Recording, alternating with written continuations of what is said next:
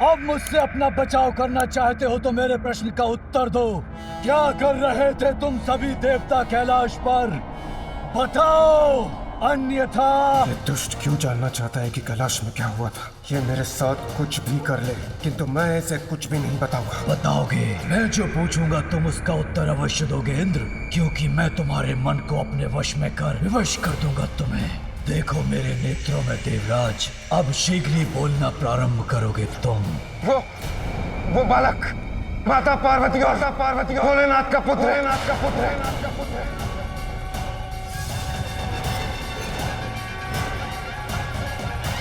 तो सिंगिका ने उचित कहा था। ये कैसे हो सकता है? ये क्या हुआ था? मुझे बोलने पर बाध्य कैसे कर दिया इस दुष्ट ने? किंतु अब मैं इससे लड़ूंगा।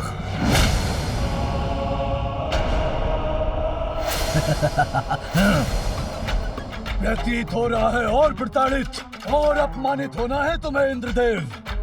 तुम्हें निराश नहीं करूंगा।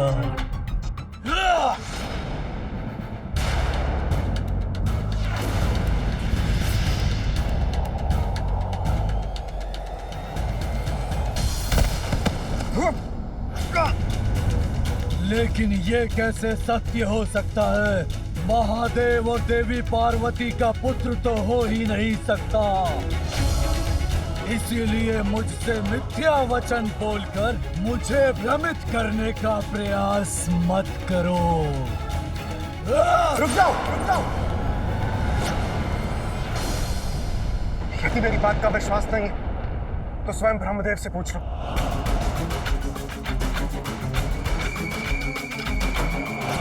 ब्रह्मदेव,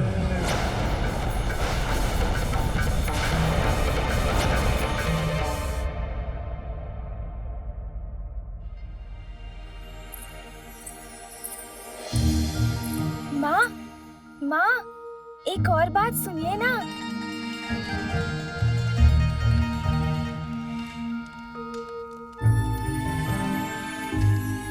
और माँ, एक और बात, पिताश्री का तीसरा नेत्र। हम सभी के पास तो 2 ही नेत्र हैं। पिताश्री के पास एक तीसरा नेत्र भी है, जानती हैं आप? हाँ। माँ तो ध्यान ही नहीं दे रही। वो तो अपने कार्य में इतनी व्यस्त है कि मेरी तो कुछ सुन भी नहीं रही। अपना कार्य कैसे पूर्ण कर पाऊंगी मैं यदि इसी प्रकार मेरे पीछे पीछे आता रहा मेरा पुत्र? माँ, नंदी जी ने मुझे बताया था कि यदि पिताश्री का तीसरा नेत्र खुल जाए तो फिर सभी कुछ नष्ट हो जाता है, प्रलय हो जाती है। ये प्रलय क्या होती है माँ? पुत्र, प्रलय तो तब होगी जब उसका समय होगा। किंतु ये तुमने क्या किया? अन्न गिरा दिया। अन्न से तो हमें भोजन प्राप्त होता है। प्राण वायु के समान जीवन का स्रोत होता है ये अन्न। इसीलिए हमें कभी भी अन्न का अपमान नहीं करना चाहिए। अब जो हो गया सो हो गया। अभी मैं ये अन्न इस पात्र में डाल देती हूँ, किंतु आगे से ध्यान रहे पुत्र। मुझे क्षमा कर दीजिए माँ।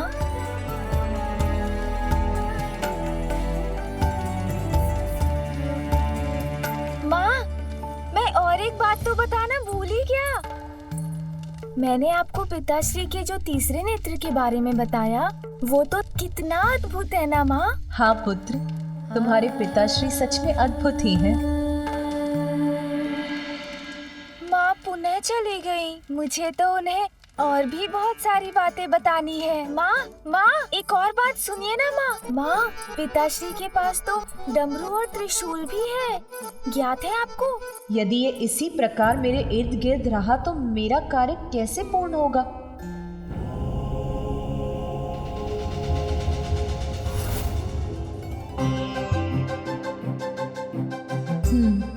स्वामी को जैसे कोई चिंता ही नहीं है, अपने ध्यान में ही लीन है। और एक मैं हूँ जो ग्रह को व्यवस्थित करने के कार्यों में व्यस्त हूँ। उनके लिए तो ध्यान सर्वोपरि है। अब तो मुझे उनसे बात करनी ही होगी। आपने सुना ना माँ, मैंने क्या कहा? माँ, नंदी जी ने ना मुझे पिताश्री के त्रिशूल के बारे में बताया था। कितना प्रचंड है वो, आप जानती हैं? पुत्र, हाँ माँ। मेरे साथ आओ। अच्छा माँ, मैं तो आपके साथ ही हूँ। आप जहाँ कहेंगी वहाँ चलूँगा। किंतु हम जा कहाँ रहे हैं माँ? आओ। स्वामी, क्या आपको ज्ञात है आज संपूर्ण दिवस यहाँ क्या कुछ हुआ है? नहीं ज्ञात है? कोई बात नहीं, मैं बताती हूँ। जब आप यहाँ ध्यान में मग्न थे, तब मैंने नंदी, श्रृंगी और अन्य गणों को हमारे पुत्र के लिए फल, दूध और मधु लाने के लिए भेजा। उसके बाद मैंने अपने पुत्र के कक्ष की व्यवस्था की। फिर मैंने गृह के अनावश्यक कार्य किए। मैंने तो ये सब किया। अब आप बताइए, आपने संपूर्ण दिवस क्या क्या किया? नहीं नहीं, इतना विचार करने की आवश्यकता नहीं है, क्योंकि आपने तो ध्यान करने के सिवाय और कुछ भी नहीं किया। जानना चाहते हैं मुझे ये सब कैसे ज्ञात है? बताती हूँ। जब मैं एक एक कर सभी कार्य निपटा रही थी और साथ ही हमारे पुत्र का ध्यान भी रख रही थी, मेरी दृष्टि जब भी बाहर गई, आप यहीं थे, ध्यान में लिए। जानती हूँ, ध्यान तो आपके लिए बहुत महत्वपूर्ण है। जगत कल्याण का उत्तरदायित्व जो है आप पर। किंतु स्वामी, हमारे गृह में अब एक बालक का, आपके पुत्र का आगमन हुआ है। यदि मेरे ऊपर आपका और उसके साथ अन्य कार्यों का भार भी पड़ गया, तो मुझे कठिनाई नहीं होगी क्या? फिर मुझे अपने पुत्र की छठी नामकरण आदि संस्कारों का, उसके जन्म के उत्सव का भी तो विचार करना है। आपसे मैंने गृह के किसी कार्य को करने के लिए तो कभी नहीं कहा। किंतु स्वामी, आपको अपने दायित्व स्वयं समझने चाहिए स्वामी। आपके पुत्र के प्रति आपका भी दायित्व है, ये तो समझते हैं ना आप? अब आप शांत क्यों हो गए? कुछ बोल ही नहीं रहे। कहिए ना, इतना तो आप भी समझते हैं ना? मैं तुम्हारी बात समाप्त होने की प्रतीक्षा कर रहा था प्रिय। मैं समझता हूं, अपने समस्त दायित्व भली भांति समझता हूं। कहो, मैं कैसे सहायता कर सकता हूं? आपको ज्ञात है, आज संपूर्ण दिवस आपका पुत्र मेरे पीछे पीछे घूमकर मुझे ये बताता रहा कि उसके पिता किस किस प्रकार से अद्भुत हैं। तो अब मेरा एक सुझाव है, मैं अपने शेष कार्य समाप्त करके आती हूँ और आप अपने ध्यान के स्थान पर अपने पुत्र के साथ कुछ समय बिताइए, उससे बातें कीजिए। वो आपके बारे में जानने के लिए उत्सुक है, उसकी जिज्ञासा शांत कीजिए स्वामी। अवश्य पार्वती। पुत्र, अब तुम कुछ समय अपने पिताश्री के साथ बैठो, उनसे बातें करो, उचित है ना?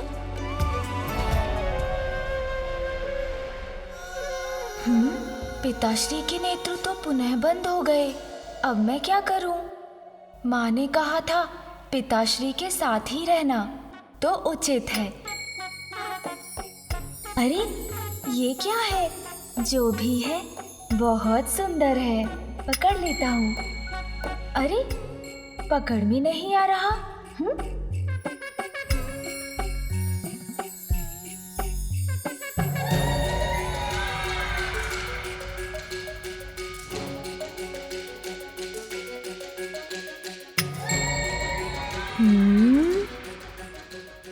ओह, ये तो कुछ अत्यंत विचित्र और अद्भुत है पिताश्री की जटाओं में।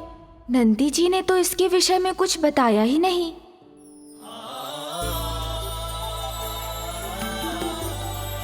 अतुलनीय सौंदर्य है मेरा, मुझसे भी अधिक सुंदर कोई कहाँ हो सकता है भला।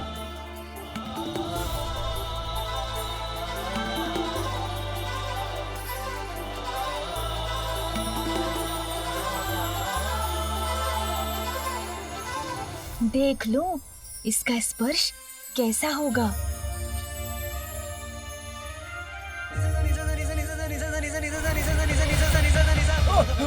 क्या हुआ स्वामी?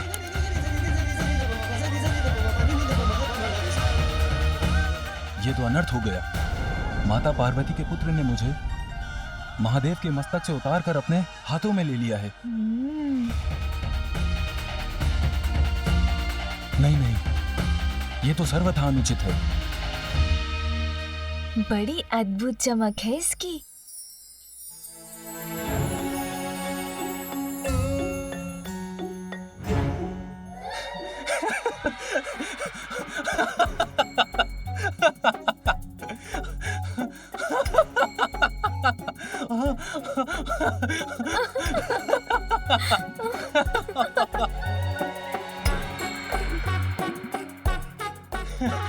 मत करो मत करो मत करो मत।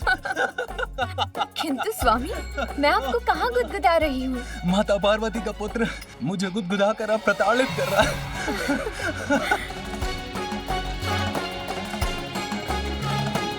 स्वामी, अब आप ठीक तो है? हाँ, अभी तो कुछ अच्छा अनुभव कर रहा हूँ। अपने इस दिव्यास्त्र से मैं सभी बुरे असुरों को नष्ट कर दूंगा।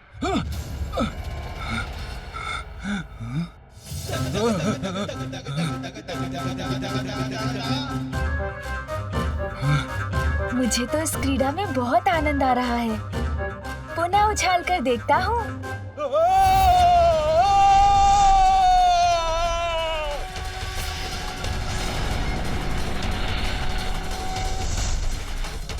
प्रकाश कहाँ से उत्पन्न हो रहा है?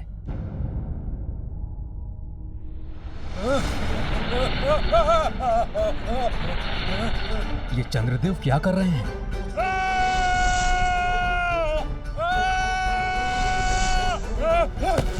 रोहिणी, बचाओ मुझे, कुछ कीजिए, सहायता कीजिए मेरी। स्वामी, आपने शनिदेव को देवी पार्वती के पुत्र को देखने के लिए प्रेरित किया था ना?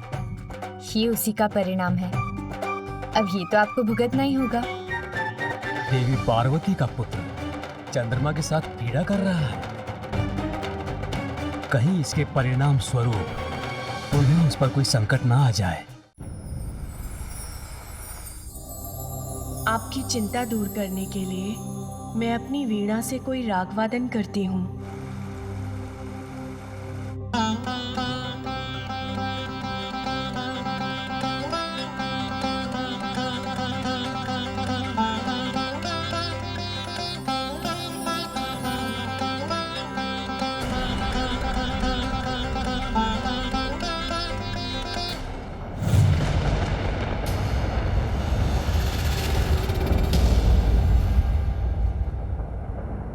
क्या हुआ देवी?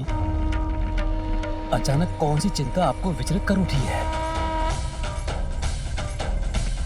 ज्ञात नहीं स्वामी, किंतु प्रतीत हो रहा है जैसे कोई अशुभ अपवित्र हमारी ओर बढ़ रहा है।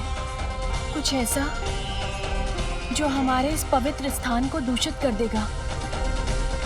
देवी, जिस प्रकार कमल का पुष्प कीचड़ में रहकर भी अपनी सुंदरता और पवित्रता को कलंक नहीं लगने देता, उसी प्रकार कोई भी अपवित्रता भला आपको स्पर्श कैसे कर सकती है? आप तो स्वयं दिव्य पवित्रता की ही प्रतीक हैं। वैसे भी कभी कभी अपवित्रता के जागृत होने से ही पवित्रता का भी भान होता है। आपका कथन सर्वथा उचित है स्वामी। अपवित्रता के अंत में ही पवित्रता का विस्तार निहित है। किंतु फिर भी यहाँ किसी अपवित्र और दूषित अस्तित्व के आगमन का आभास मुझे चिंता मुक्त नहीं होने दे रहा है स्वामी।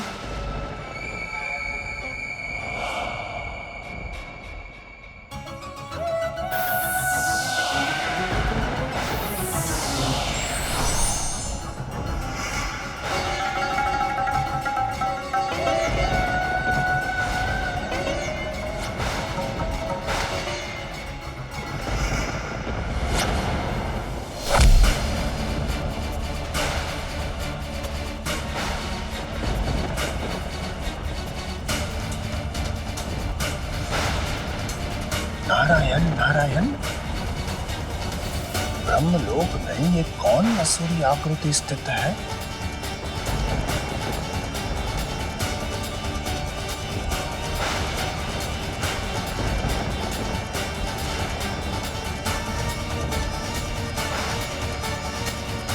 कदाचित देवी सरस्वती की चिंता उचित थी। इस दुष्ट के आगमन की पूर्व सूचना प्राप्त हो रही थी उन्हें।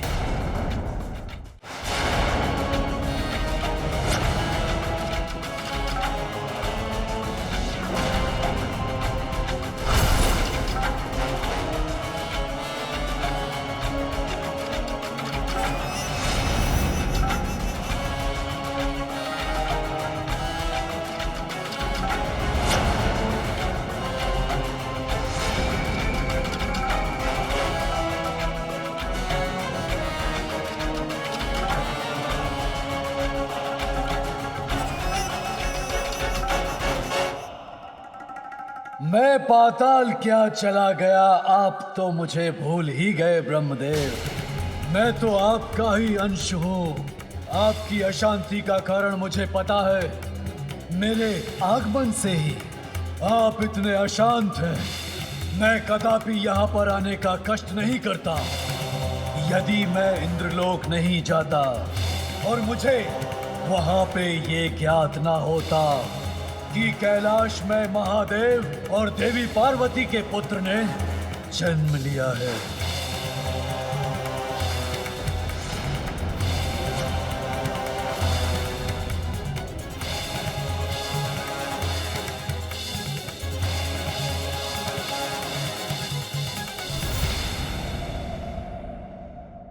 इससे तो कितना प्रकाश प्रस्फुटित हो रहा। एक बार इसे ढक कर देखता हूँ।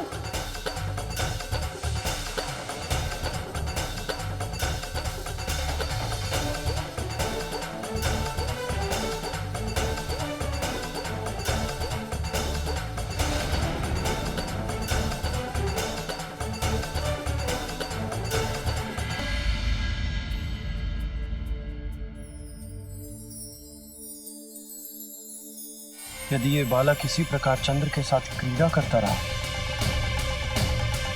तो प्रकृति पर इसका अत्यंत प्रतिकूल प्रभाव भी पड़ सकता है। क्या महादेव को यह ज्ञात भी है कि उनका पुत्र किसके साथ और कैसी क्रीड़ा कर रहा है?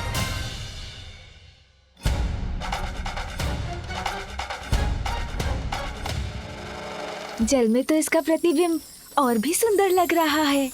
इससे प्रकाशित ये मत्स्य बहुत मनमोहक प्रतीत होती है। इसे जल में डालकर तो और भी स्पष्ट दिखाई देगी ये, और भी सुंदर दृश्य उत्पन्न होगा। बहुत आनंद आएगा।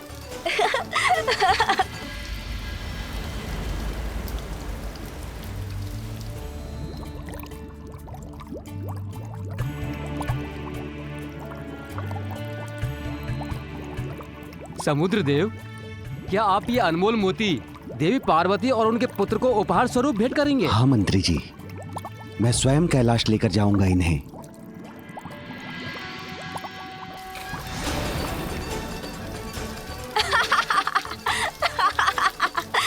ये गया।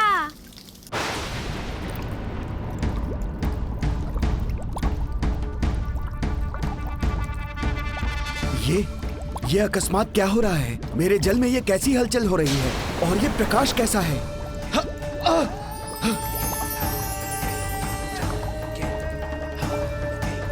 चंद्र, वो यहाँ मेरे जल में क्यों है?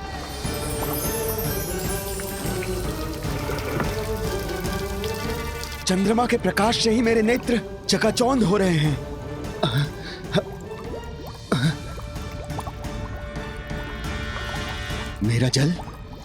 मेरा जल अशांत हो उठा है उनके आगमन से।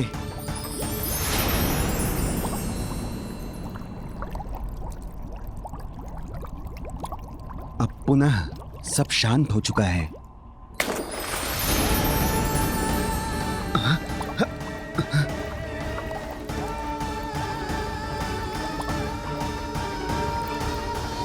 ये चंद्र क्या करने का प्रयास कर रहे हैं? कैसी क्रीड़ा है ये उनकी? मेरा जल अधीर होकर पुनः शांत हो जाता है। क्या कारण हो सकता है इसका?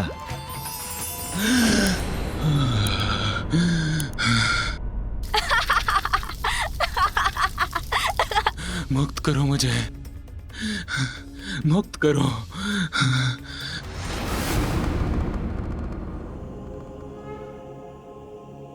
प्रभु,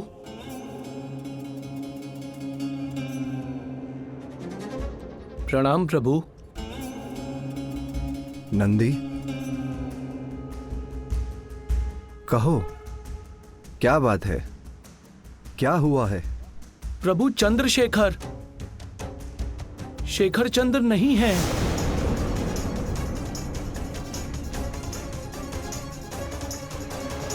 मैंने वरदान दिया था चंद्र को कि वो सदा मेरे शीश पर स्थित रहेंगे।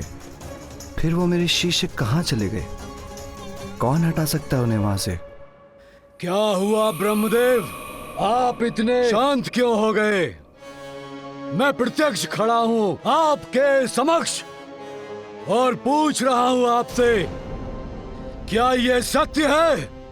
क्या कैलाश पर महादेव और देवी पार्वती के पुत्र का जन्म हुआ है? इस असुर में इतना साहस कहां से आ गया कि ब्रह्मलोक में आकर ब्रह्मदेव से ही इतनी दुष्टता से बात कर रहा है?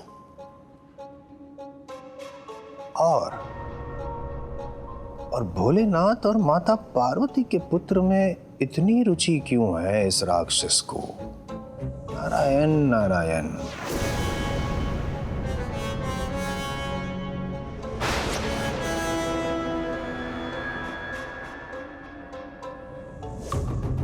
किंतु ये कैसे संभव है? महादेव ने तो वचन दिया था देवताओं को, उनके और देवी पार्वती के संयोग से उन्हें कोई संतान नहीं होगी। यदा यदा हि धर्मस्य ग्लानिर्भवति भारतः अभ्युत्थानम् अधर्मस्य तदात्मानं सृजाम्यहम् परित्राणाय साधूनां विनाशाय च दुष्कृताम् धर्म संस्थापनार्थाय संभवामि युगे युगे।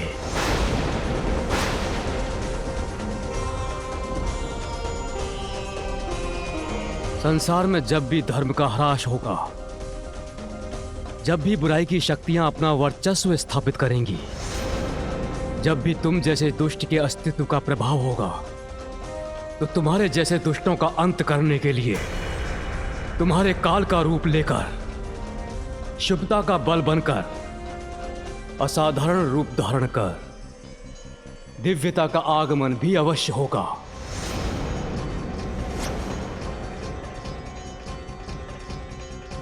कैलाश में महादेव और देवी पार्वती के पुत्र के रूप में जिसका जन्म हुआ है, वो ही तुम्हारा अंत करेगा सिंदूरा।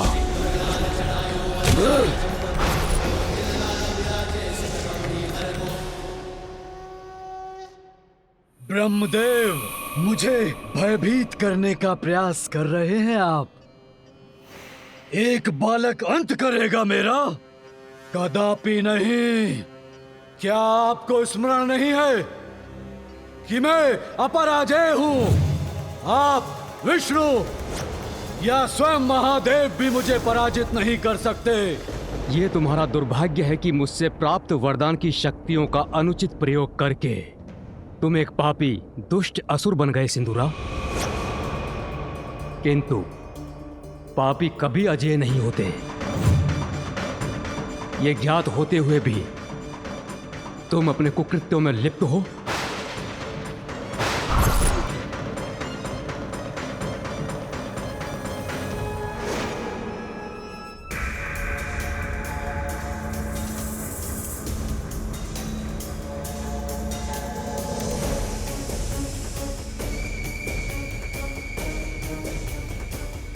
ब्रह्मदेव, प्रतीत होता है कि आपकी बुद्धि आपका साथ छोड़ चुकी है।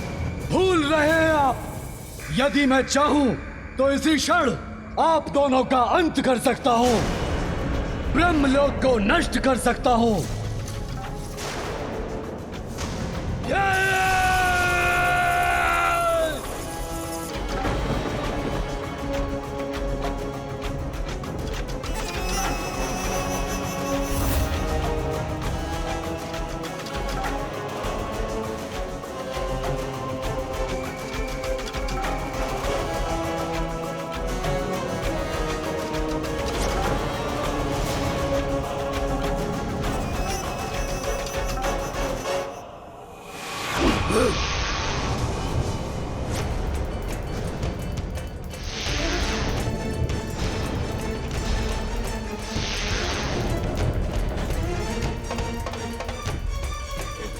बस सिंदूरा, बहुत हुई तुम्हारी धृष्टता। सृष्टि के रचयिता ब्रह्मदेव का अपमान करने का दुस्साहस कैसे किया तुमने? देवी,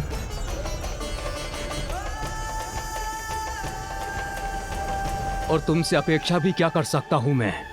तुमने अपनी शक्तियों को व्यर्थ किया है। संस्कार विहीन तो तुम थे ही, किंतु अब तुम्हारे बल से उत्पन्न अहंकार और तुम्हारी दुष्ट प्रवृत्ति ने तुम्हारा सर्वनाश सुनिश्चित कर दिया है। ब्रह्मदेव ने मुझे वरदान तो बहुत दिए, किंतु प्रतीत होता है संस्कार देना भूल गए। अपना कर्तव्य उचित प्रकार से नहीं निभाया इन सृष्टि रचयिता ने।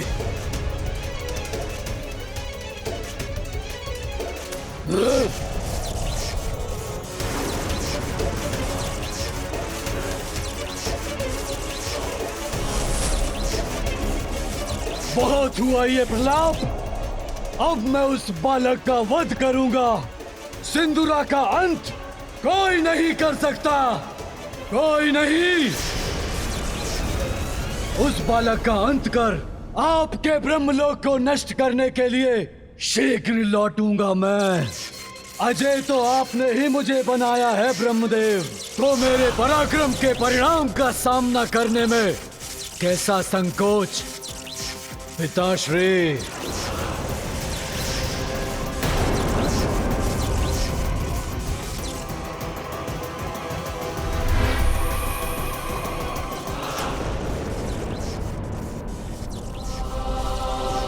ये मेरी सबसे बड़ी भूल का प्रत्यक्ष रूप है।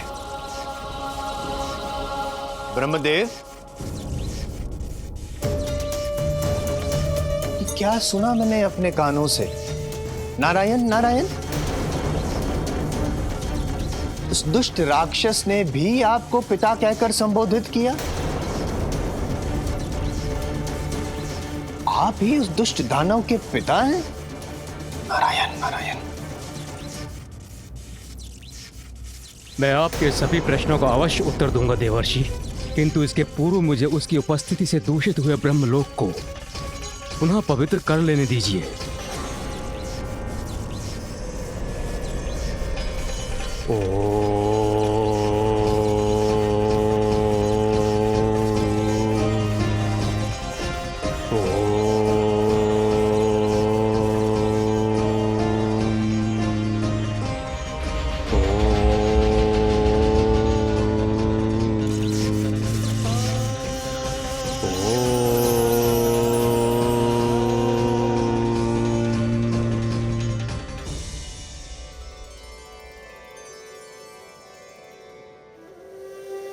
अब मैं आपके प्रश्नों का उत्तर देने के लिए प्रस्तुत हूं देवर्षि। प्रभु, भला ये कौन कर सकता है? किसमें इतना साहस कि आपके शीश से चंद्र ले जाए? इतनी उद्दंडता?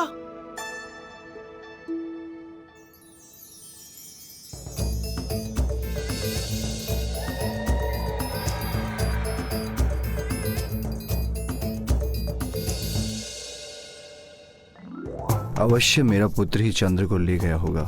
कौतूहलवश उसने मेरे शीश से चंद्र को ले लिया होगा, किंतु यदि मैं अपने गणों को यह बात बता दूंगा तो भयवश वो कदाचित बालक से चंद्र को लौटा कर लाने के लिए तैयार ही नहीं होंगे। तुम सभी जाओ और शीघ्र चंद्र को ढूंढ कर लाओ। जी प्रभु।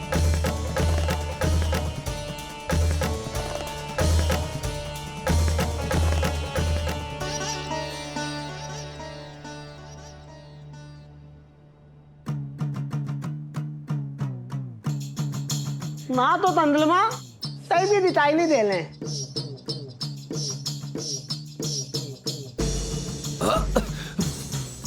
अरे क्या कर रहे हो तुम लोग?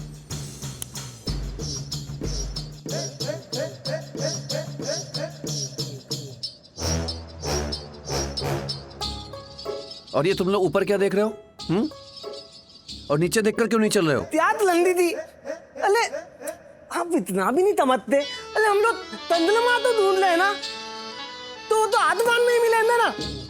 नीचे ढूंढो भाई, ढूंढो। इसको समझाना और इन गणों को समझाना असंभव है। मैं आगे ढूंढता हूं।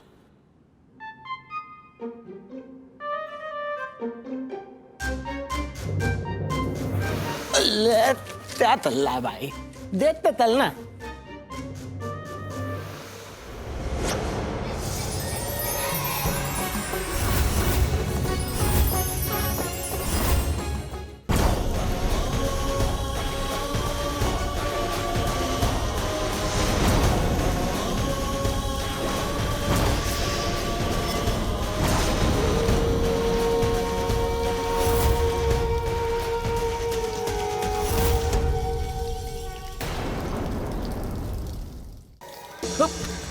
भागो।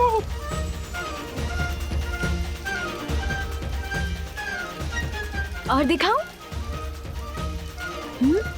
अभी तो यही थे सभी, कहाँ चले गए? किंतु ये तो है मेरे पास। प्रभु, वो बालक आपके पुत्र चंद्र को नहीं लौटा रहे हैं। हमने उनसे चंद्र को लौटाने के लिए कहा तो उन्होंने उत्तर दिया कि वो चंद्र के साथ क्रीड़ा कर रहे हैं। जिन साक्षात चंद्रदेव को वरदान देकर मैंने उनके प्रतीक को चंद्र रूप में अपने शीश पर धारण किया है, जिनके अस्थिर होने से सृष्टि का संतुलन बिगड़ सकता है, एक बालक उनके साथ क्रीड़ा करे, क्या ये उचित है? नंदी, तुम जाओ और शीघ्र चंद्र को लौटा कर लाओ। उन्हें उनके उचित स्थान पर स्थापित करो। जी प्रभु।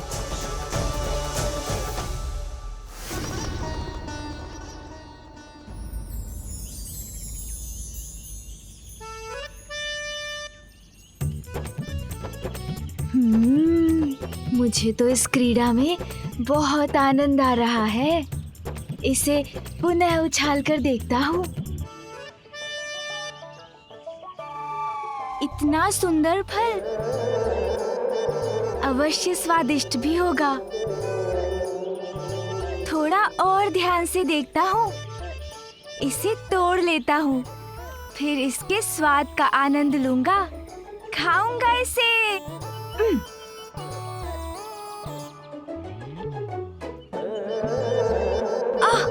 ऊंचाई पर लटका है, मेरी पकड़ में ही नहीं आ रहा।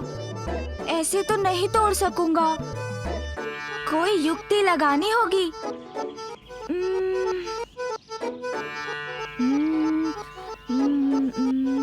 इस दंड से सहायता प्राप्त हो सकती है मुझे।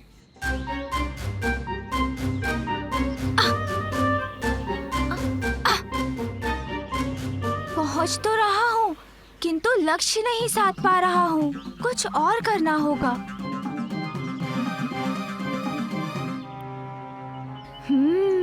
अपने दोनों हाथों का प्रयोग करता हूँ।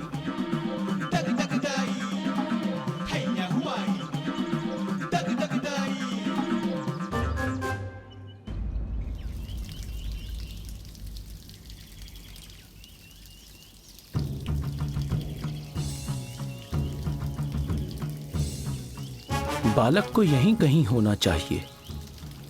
यहाँ से अधिक दूर तो नहीं जा पाया होगा।